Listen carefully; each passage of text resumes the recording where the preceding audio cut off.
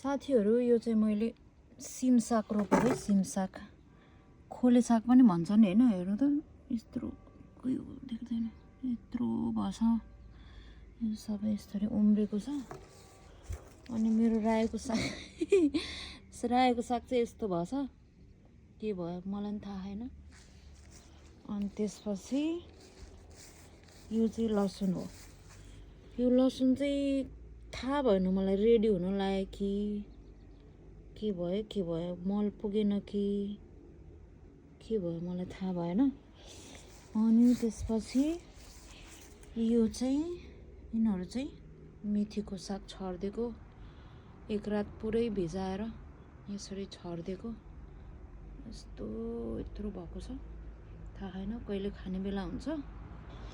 अनि त्यसपछि यहाँ चाहिँ मैले आलु रोपेको छु रातो आलु अनि यहाँनिर सेतो आलु रोपेको छु अनि त्यसपछि यहाँ चाहिँ मैले इस्कुस रोपेको छु इस्कुस यहाँनिर उम्रिँदै छ अनि त्यसपछि मल छर्देको छु यहाँ कुखुराको अनि यहाँ चाहिँ मैले तरुल रोपेको छु अब कस्तो हुन्छ त्यो त थाहा छैन उम्रेको चाहिँ छैन मैले हेरेको सानो जरा चाहिँ आइसकेको छ थाहा छैन कस्तो हुन्छ